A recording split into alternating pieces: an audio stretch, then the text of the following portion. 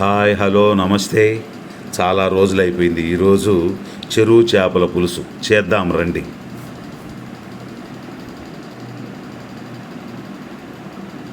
చూడండి, అవి 1 కిలో చేపలు శుభ్రంగా కడిగి రెడీ చేసుకోవాలి. చేపలకు తగినంత చింతపండు, సుమారు 150 గ్రాముల చింతపండు నానబెట్టుకుని పులుసు తీసుకుని దానికి తగినంత ఉప్పు, కారం, పసుపొడి వేసి కలిపి ఉంచుకోవాలి. తర్వాత తాలింపుకు నూనె వేసి ఆవాలు, జీలకర్ర, మెంతులు వేసుకుని చిన్న ఉల్లిపాయ, ఒక చిన్న టమోటో ఆ తాలింపులో వేసి బాగా మగ్గిన తర్వాత పులుసుని అందులో మిక్స్ చేసుకొని ఒక 10 నిమిషాలు పులుసు బాగా మరిగించుకోవాలి. చూస్తుంది, పులుసు స్టవ్ వెలిగించేసాం. బాగా ఇప్పుడు పులుసు, ఆ తాలింపు వేసిన పులుసు ఇప్పుడు బాగా ఉడుకుతుందన్నమాట. బాగా ఉడికిన తర్వాత మనం ఆ చేప బద్దలు చూడండి, అవి 4 మామిడి ముక్కలు, 3 పచ్చిమిరపకాయలు, ఈ టమోటా ఇవంతా మనం తాలింపులు వేసేసాం. ఇప్పుడు ఆ పులుసు బాగా మరిగించి అందులో మనం ఇప్పుడు చేపల ముక్కలను బాగుగా నీళ్లు లేకుండా పిండుకొని అందులో చూపిన విధంగా వేసుకోవాలి. చూడండి, ఇప్పుడు చేప బద్దల్ని పులుసు బాగా కాగిపోయిందా? చూడండి, బాగా కాగిపోయింది. ఇప్పుడు ఒక్కొక్క చేప బద్దగా బాగా పిండుకొని నీళ్ళు లేకుండా దాంతో వేసుకోవాలి. అన్నీ ఒక్కొక్కటిగా నిదానంగా పిండుకొని ఆ పులుసులో వేసుకోవాలి. ఈ చేపల్ని బంగారు తీగలు అని అంటారు. ఇవి చెరువు చేపలు. ఈరోజు ఈ బంగారు తీగల చెరువు చేపల పులుసు మనం పెట్టుకుంటున్నాం. దాంతో ఆ ముక్కలన్నీ ఒక్కొక్కటిగా వేసుకోవాలి. అన్నీ ఆ పులుసులో బాగా చూడండి,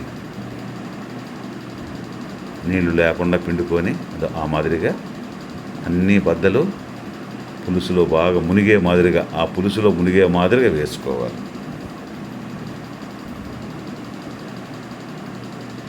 అన్నీ వేసుకున్న తరువాత ఆ తరిగి పెట్టుకున్న చిన్న చిన్న మామిడి ముక్కల్ని మరీ పులుపు లేకుండా ఉండేటువంటి మామిడికాయగా తీసుకోవాలి. దాన్ని చిన్న చిన్న ముక్కలుగా చేసుకొని పులుసులో వేసుకోవాలి. చూడండి, ఆ మాదిరిగా గరిటెతో కలిపెడితే ఆ ముక్కలు ఏమవుతాయంటే ఇరిగిపోతాయి.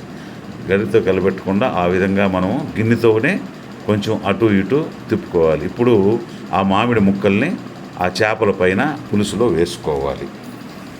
దాని తర్వాత పచ్చిమిర్చి కూడా వేసుకోవాలి.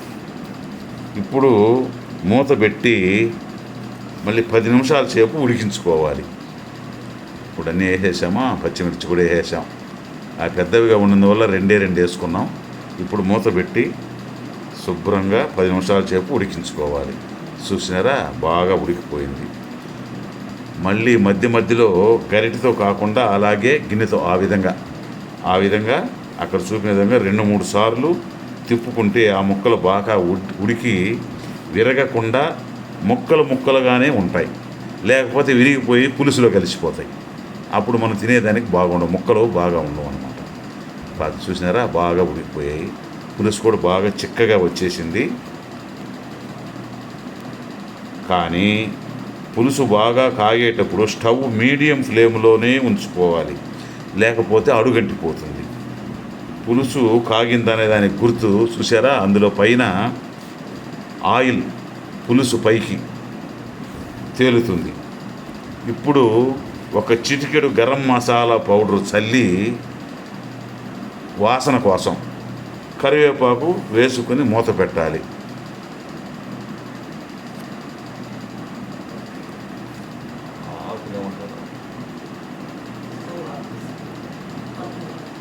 కొత్తమల్లి ఉంటే కూడా వేసుకుంటే మంచి వాసన వస్తుంది. కొత్తమల్లి ఖచ్చితంగా వేసుకోవాలని అవసరం లేదు, ఎందుకంటే మనం గరం మసాలా చల్లేసాం కదా. కరివేపాకే చాలు. ఒక చిటికెడు గరం మసాలా పొడి చల్లి కరివేపాకు వేసుకొని మూత పెట్టేయాలి మళ్ళా. చూసారా, ఇది బంగారు తీగల చెరువు చేపల పులుసు రెడీ. చూశారుగా.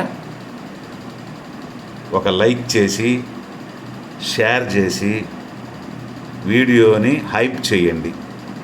వీలైతే సబ్స్క్రైబ్ కూడా చేసుకోండి.